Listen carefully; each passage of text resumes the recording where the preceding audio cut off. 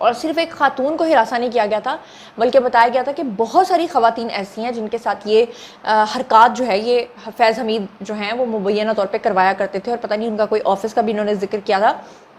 مجھے یاد ہے وہ کالم میں نے پورا پڑھ کے اپنے ولاگ میں سنایا تھا، اور اس وقت جو ہیں وہ ایک خاتون تھیں جن کا نام اس میں آ گیا تھا اور انہوں نے مجھے ریکویسٹ کی تھی، دیٹس وائی مجھے وہ ولاگ جو ہے وہ اپنا ڈیلیٹ کرنا پڑا تھا کیونکہ اس میں ان کی رسپیکٹ کا معاملہ تھا، اور انہوں نے مجھے بہت ریکویسٹ کی تھی کہ آپ کی بڑی مہربانی کہ آپ اس کو ڈیلیٹ کر دیجئے.